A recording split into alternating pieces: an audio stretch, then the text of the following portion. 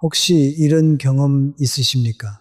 분명히 나를 좋아한다고 믿었던 사람인데 함께 있고 나면 이상하게 마음이 무거워지는 그 느낌 말입니다. 특별히 나쁜 말을 한 것도 아닙니다. 싸운 것도 아닙니다. 그런데도 집에 돌아와 혼자 앉아 있으면 왠지 모르게 허탈하고 왠지 모르게 서운하고 왠지 모르게 지쳐 있습니다.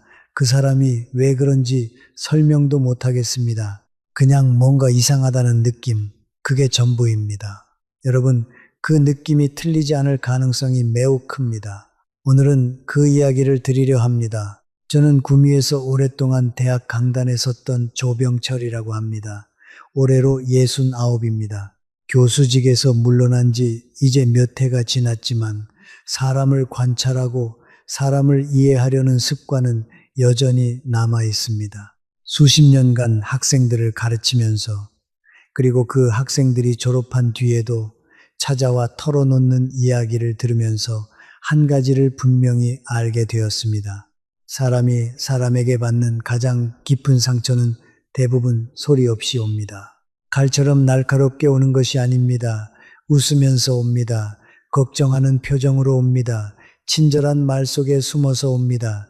그래서 우리는 늦게 알아챕니다. 그리고 늦게 알아챌수록 상처는 더 깊어져 있습니다. 오늘 저는 여러분께 5가지 신호를 말씀드리려 합니다. 겉으로는 웃고 있지만 속마음이 다른 사람이 무의식 중에 드러내는 5가지 행동 패턴입니다. 왜 이런 사람이 생기는지, 왜 우리는 그토록 오랫동안 눈치채지 못하는지, 그리고 어떻게 우리 자신을 조용히 지킬 수 있는지까지 말씀드리겠습니다. 서울대학교 병원 정신건강의학과 자료에 따르면 사람이 인간관계에서 느끼는 만성 피로의 원인 중 상당수가 특정 관계의 반복적인 감정 소모에서 비롯된다고 합니다. 특히 가깝다고 믿었던 사람에게서 반복적으로 받는 작은 무시와 냉담함이 단순한 스트레스를 넘어 신체 면역력 저하로까지 이어진다는 연구 결과가 있습니다. 다시 말해 이것은 기분의 문제가 아닙니다. 건강의 문제입니다. 왜 이런 일이 일어날까요? 지금부터 차근차근 말씀드리겠습니다. 첫 번째 신호입니다. 당신이 잘 됐을 때 진심으로 기뻐하지 않는 사람입니다. 사람은 힘들 때 누군가의 위로가 필요합니다. 하지만 솔직히 말씀드리면 힘들 때 옆에 있어주는 것은 어렵지 않습니다. 우리는 본능적으로 약한 사람 곁으로 다가갑니다. 불쌍하다는 감정은 비교적 쉽게 생겨납니다. 그런데 반대의 경우는 다릅니다. 상대가 잘 됐을 때, 상대가 기쁜 소식을 가져왔을 때, 그때 진심으로 기뻐할 수 있는 사람이 얼마나 될까요? 이것은 훨씬 어렵습니다. 인간의 본성에는 남의 행복을 있는 그대로 기뻐하기 어렵게 만드는 감정이 숨어 있습니다. 그 감정의 이름은 시기심입니다. 제가 교수로 있을 때 있었던 일입니다. 제자 중에 한 명이 조용히 연구실 문을 두드렸습니다.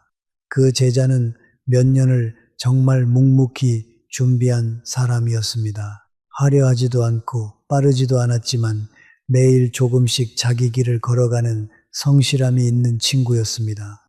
그날 그 제자의 눈빛은 제가 아직도 잊지 못합니다. 선생님, 드디어 됐습니다. 그 한마디였습니다. 오랜 시간 준비해 온 결과가 나온 것이었습니다. 저는 진심으로 기뻤습니다. 그런데 그 제자가 이어서 말했습니다. 가장 친하다고 생각했던 친구에게 먼저 알렸는데 그 반응이 이상했다고 합니다. 그 친구의 반응은 이랬습니다. 아, 잘 됐네. 그런데 그쪽 길이 생각보다 쉽지 않더라. 요즘 힘들다는 얘기 많이 들리던데. 여러분, 이 말이 어떻게 들리십니까? 걱정하는 말처럼 들립니다. 배려하는 말처럼 들립니다. 그런데 그 안을 들여다보면 이렇습니다. 네가 기뻐할 일이 아닐 수도 있다. 조용히 기쁨의 크기를 줄이고 있는 것입니다. 진심으로 기뻐하는 사람은 그렇게 말하지 않습니다. 그냥 잘 됐다. 정말 수고했다. 그 한마디면 충분합니다. 그 순간 다른 말을 섞는다는 것은 기쁨을 함께 나누지 않겠다는 무의식적인 신호입니다. 구미에 사시는 권영대 씨 66이신데요. 비슷한 경험을 하셨습니다. 오랫동안 알고 지낸 지인이 있었습니다. 10년이 넘는 사이였습니다. 어느 해 권영대 씨가 오랫동안 준비하던 사업이 드디어 자리를 잡기 시작했습니다. 처음으로 좀 숨통이 트인다 싶었던 때였습니다. 기쁜 마음에 그 지인에게 전화를 했습니다. 그런데 지인의 반응은 한마디였습니다. 그래요.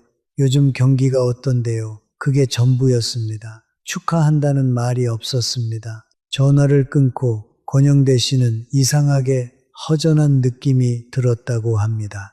내가 기뻐서 전화했는데 왜 더 허전해졌지?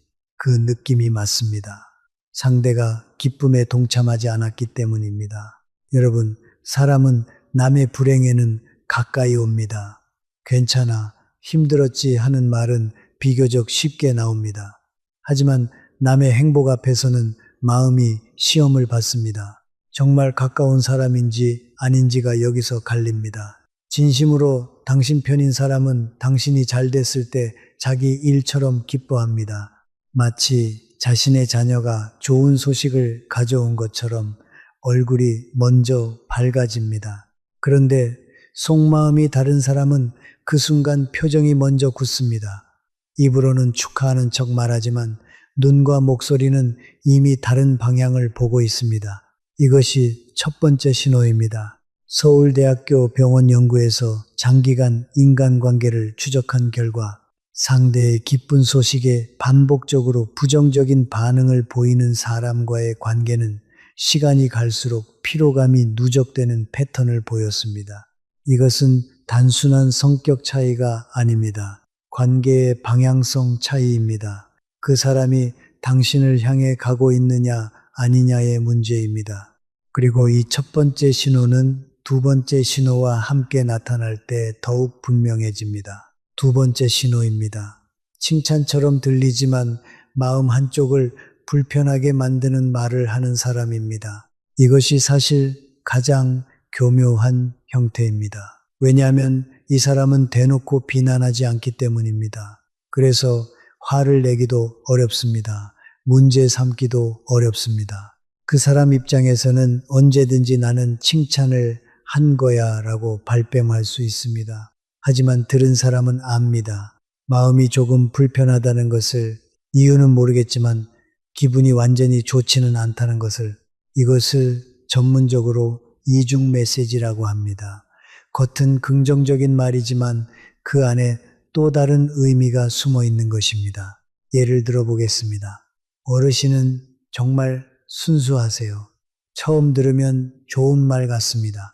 그런데 순수하다는 말 속에는 세상 물정을 잘 모른다, 사람을 잘 못 본다는 의미가 담겨 있을 수 있습니다. 혹은 이런 말입니다. 일을 참 빠르게 하세요.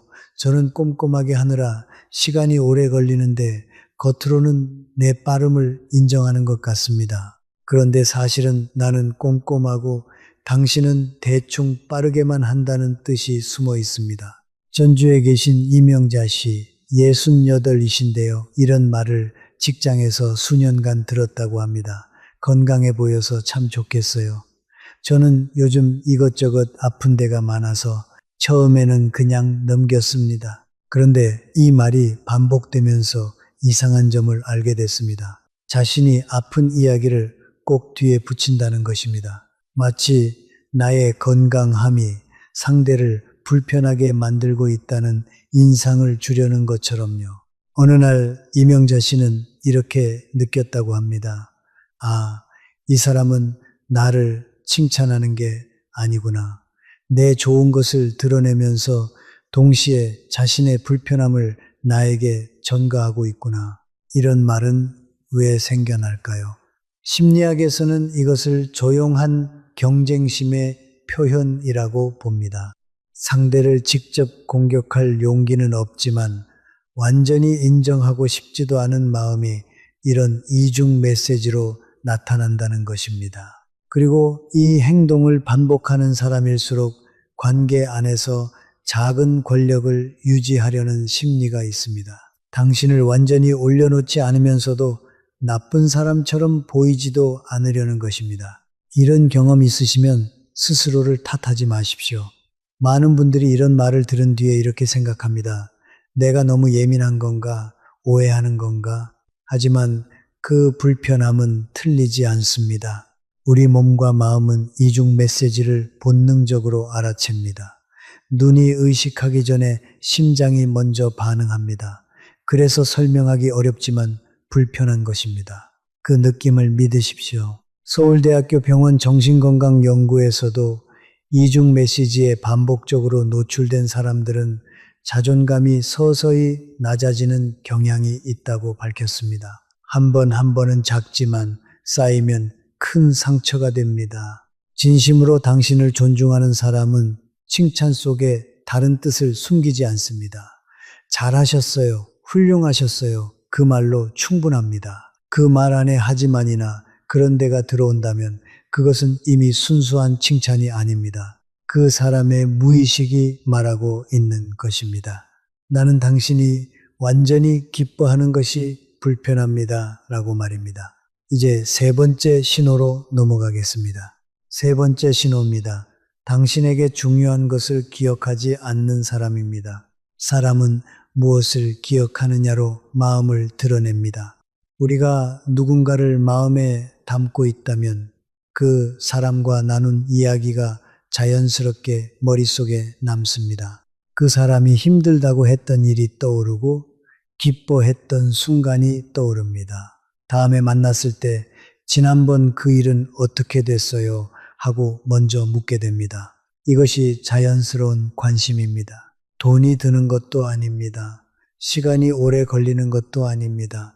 그냥 마음이 있으면 기억이 됩니다. 반대로 마음이 떠나가고 있는 사람은 기억을 잘 못합니다. 이야기를 한 지 얼마 되지 않았는데도 처음 듣는 것처럼 반응합니다. 분명 말했는데 아 그랬었나요? 하고 의아한 표정을 짓습니다. 중요한 날을 반복해서 잊어버립니다. 이것이 한두 번이라면 누구나 그럴 수 있습니다. 바쁜 일이 있을 수도 있고 깜빡할 수도 있습니다.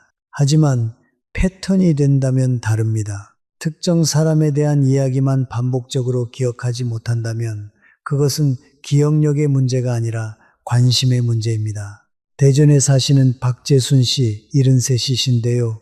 오랫동안 가까이 지낸 지인이 있었습니다. 만날 때마다 반갑게 웃으며 안부를 물었고 연락도 꽤 자주 했습니다. 그래서 박재순 씨는 그 사람을 진짜 가까운 사이라고 믿었습니다. 그런데 어느 날 문득 깨달았습니다. 자신이 그동안 나눈 이야기들을 그 사람이 하나도 기억하지 못한다는 것을요. 지난달에 아들 결혼식 이야기를 했는데 한 달 뒤 만났을 때 그 사람은 아들이 결혼했어요 하며 완전히 처음 듣는 표정을 지었습니다. 딸이 아프다고 걱정했던 이야기도 마찬가지였습니다. 한 번도 안부를 묻지 않았습니다. 박재순 씨는 처음에는 그 사람이 많이 바쁜가 보다 하고 이해했습니다. 그런데 우연히 알게 된 사실이 있었습니다. 그 사람이 다른 사람들의 일은 아주 세세하게 기억하고 있다는 것이었습니다. 누군가의 생일을 챙기고 누군가가 수술했다는 이야기를 열심히 물어보고 있었습니다. 그 순간 박재순 씨는 오랫동안 외면해왔던 사실을 인정해야 했습니다. 아, 이 사람한테 나는 기억할 필요가 없는 사람이구나. 이것이 얼마나 조용한 상처인지 아십니까? 소리 없이 그리고 천천히 마음이 무너지는 느낌입니다. 기억은 선택입니다. 우리는 중요한 것을 기억합니다. 소중한 것을 기억합니다. 다시 만나고 싶은 사람의 이야기를 기억합니다. 만약 어떤 사람이 여러분의 중요한 이야기를 반복적으로 기억하지 못한다면 그 사람의 마음속에서 여러분의 자리가 점점 작아지고 있다는 신호입니다. 이것은 그 사람의 인격이 나쁜 것과는 다릅니다. 다른 사람들의 이야기는 잘 기억하면서 당신의 이야기만 있는다면 그것은 분명한 패턴입니다. 여러분은 그 패턴을 보셔야 합니다. 말보다 기억이 더 솔직하게 마음을 보여주기 때문입니다. 이것과 함께 살펴봐야 할 것이 있습니다. 약속 시간을 가볍게 여기는 사람입니다. 분명히 약속한 시간이 있는데 연락도 없이 늦거나 아무렇지 않게 바꾸려 합니다. 이것도 마찬가지입니다. 당신과의 시간이 그 사람에게 얼마나 중요한지를 보여주는 것입니다. 시간은 가장 솔직한 언어입니다. 소중한 사람을 위해서는 누구나 시간을 냅니다. 시간이 없는 것이 아니라 그 사람에게 시간을 쓰고 싶지 않은 것입니다. 이 차이를 알아보시기 바랍니다. 네 번째 신호입니다. 웃고 있지만 눈이 따라오지 않는 사람입니다. 사람은 얼굴 표정을 만들 수 있습니다. 입꼬리를 올릴 수 있고 목소리를 밝게 할 수 있습니다.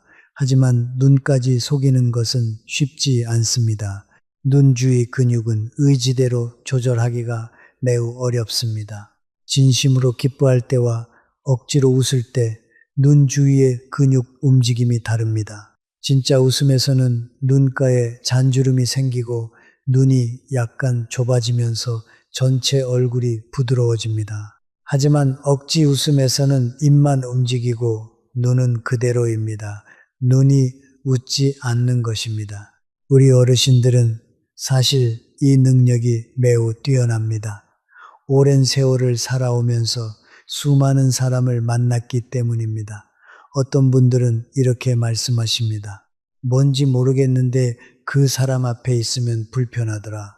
이유를 말하기 어렵지만 아무튼 편안하지 않다. 이것은 여러분의 몸이 그 눈의 신호를 읽어내고 있는 것입니다. 의식보다 몸이 먼저 알아채는 것입니다. 청주에 사시는 강성분 씨, 일흔이신데요. 이런 이웃이 있었습니다. 만날 때마다 항상 먼저 인사를 하고 밝은 목소리로 오늘도 좋아 보이신다, 복이 많으시다며 말을 건넸습니다. 처음에는 참 좋은 분이구나 하고 생각했습니다. 그런데 어느 날 우연히 그 이웃과 눈이 마주쳤을 때 강성분 씨는 순간 멈칫했다고 합니다. 입은 웃고 있었는데 눈에는 감정이 없었습니다. 따뜻함도 없고 차가움도 아닌 그냥 비어있는 듯한 눈이었습니다. 마치 강성분 씨를 관찰하고 있는 것 같은 느낌이었습니다. 그 뒤로 주의 깊게 살펴봤습니다. 그 이웃이 다른 사람들에게도 똑같이 밝은 말을 건네지만 뒤에서는 그 사람들에 대한 이야기를 꽤 자세하게 하고 있다는 것을 알게 됐습니다. 그때 비로소 알았다고 합니다. 그 밝은 말들이 진심이 아니었다는 것을, 그리고 눈에서 느꼈던 그 불편함이 착각이 아니었다는 것을. 여러분, 이런 경험이 있으시면 그냥 흘려보내지 마십시오. 이유 없이 불편한 느낌이 지속된다면 그 사람을 좀 더 주의 깊게 살펴보시기 바랍니다. 말이 아니라 눈을 보십시오. 표정이 아니라 눈가를 보십시오. 눈은 거짓말을 잘 못합니다. 심리학에서는 이것을 감정 누출이라고 합니다. 아무리 숨기려 해도 눈을 통해 진짜 감정이 새어 나온다는 것입니다. 서울대학교 병원 연구팀의 자료에서도 사람이 감정을 억제할 때 가장 먼저 신호가 새어 나오는 부위가 눈 주변이라고 밝히고 있습니다. 여러분의 직관이 맞습니다. 눈이 웃지 않는다면 그 사람의 마음도 웃지 않는 것입니다. 이제 네 가지 신호를 말씀드렸습니다. 잠깐 정리해 드리겠습니다. 첫 번째, 당신의 기쁜 소식에 진심으로 기뻐하지 않는 사람. 두 번째, 칭찬처럼 들리지만 마음을 불편하게 만드는 말을 반복하는 사람. 세 번째, 당신에게 중요한 것을 반복해서 기억하지 못하는 사람. 네 번째, 웃고 있지만 눈이 따라오지 않는 사람. 이 네 가지는 사실 따로 나타나기보다 함께 나타날 때가 많습니다. 한 사람에게서 이 패턴들이 반복된다면 그것은 우연이 아닙니다. 이제 마지막 가장 조심해야 할 다섯 번째 신호를 말씀드리겠습니다. 이것이 가장 중요합니다. 마무리하겠습니다. 5번째 신호입니다. 당신의 불행을 깊이 깊이 캐묻는 사람입니다. 살다 보면 힘든 시기가 옵니다. 마음이 무너지고 누군가에게 기대고 싶을 때가 있습니다. 그때 먼저 다가오는 사람이 있습니다. 무슨 일이에요? 괜찮으세요? 걱정스럽다는 표정으로 말을 건넵니다. 그래서 우리는 마음을 엽니다. 나를 걱정해주는 사람이라고 믿기 때문입니다. 그런데 조금 더 자세히 보십시오. 그 사람은 계속 묻습니다. 그래서 어떻게 됐습니까? 그때 무슨 말을 들으셨습니까? 그 사람이 뭐라고 하던가요? 구체적으로 어떤 상황이었습니까? 처음에는 위로처럼 느껴집니다. 하지만 점점 질문이 깊어집니다.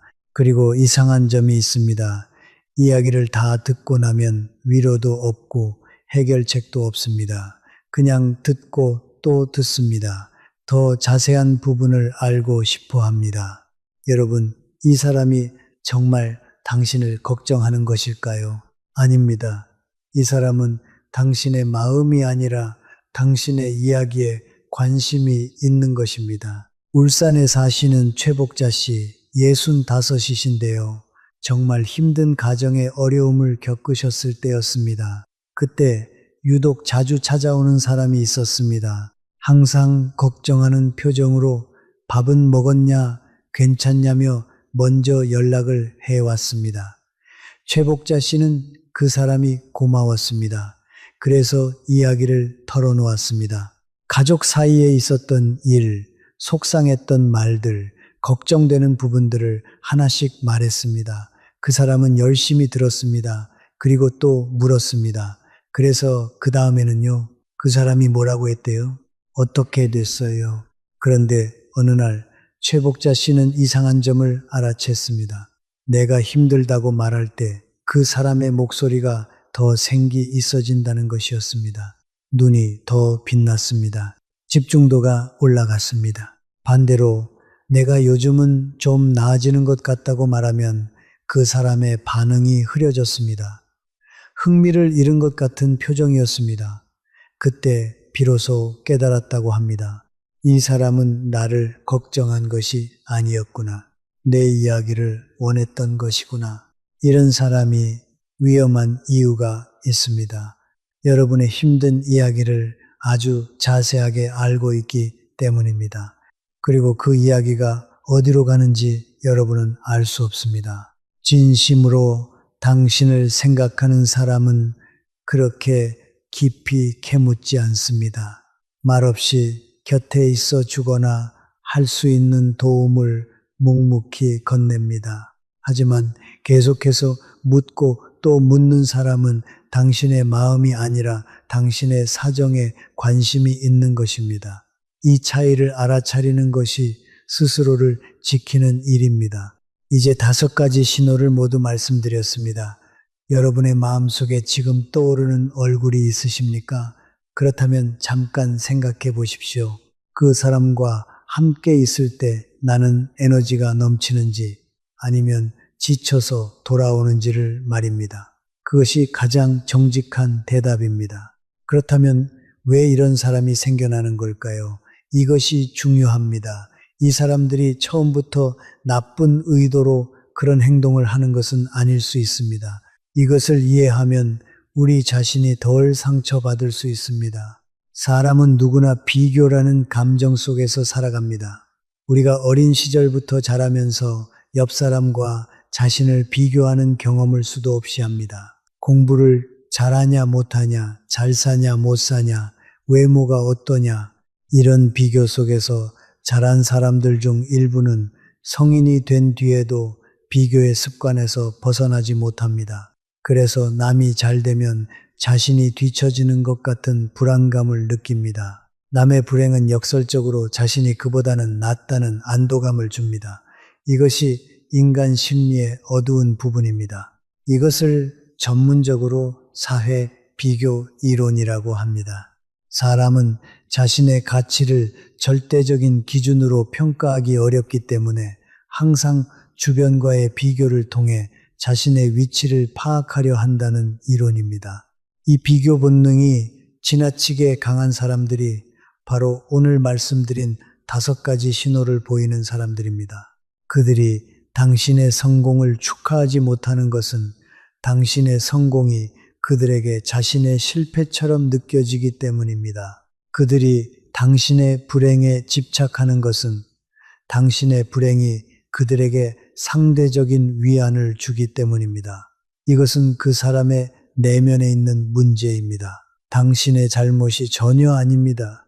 서울대학교 병원 정신건강의학과에서 발표한 연구에 따르면 만성적인 시기심을 가진 사람들은 대체로 어린 시절부터 자신의 가치를 인정받지 못한 경험이 누적된 경우가 많다고 합니다. 이분들이 나쁜 사람인 것이 아니라 아직 치유받지 못한 상처를 안고 살아가는 사람들인 것입니다. 그렇기 때문에 우리는 이 사람들을 원망할 필요도 없습니다. 하지만 그렇다고 해서 우리가 그 상처의 대상이 되어야 할 이유도 없습니다. 이해는 하되 거리는 두는 것, 이것이 지혜입니다. 그렇다면 어떻게 우리 자신을 지킬 수 있을까요? 구체적인 방법을 말씀드리겠습니다. 그래서 준비했습니다. 첫 번째 방법은 조용히 거리를 두는 것입니다. 상대와 싸울 필요가 없습니다.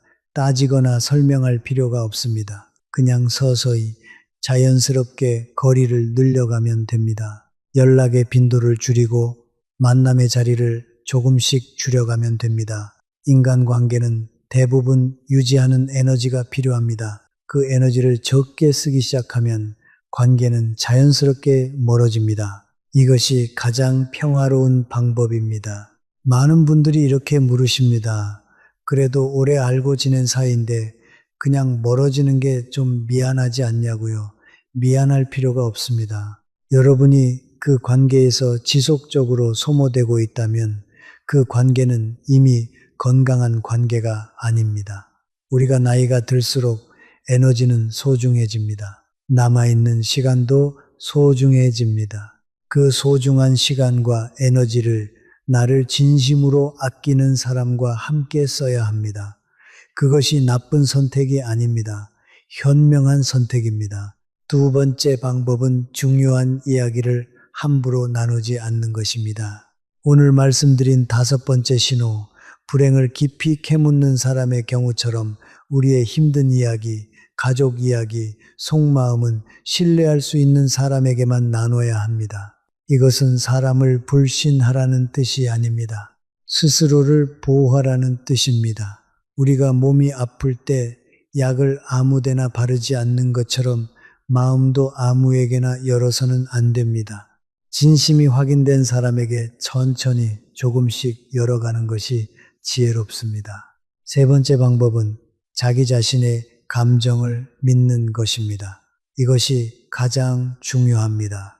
오늘 말씀드린 신호들은 모두 우리가 이미 느끼고 있지만 의심했던 것들입니다. 내가 너무 예민한 건가, 오해하는 건가 하고 스스로를 의심했습니다. 하지만 그 불편함은 우리 몸과 마음이 보내는 정직한 신호입니다. 그 신호를 믿으십시오. 내가 느끼는 것이 맞습니다. 설명이 되지 않아도 불편하면 불편한 것입니다. 그 느낌을 가볍게 여기지 마십시오.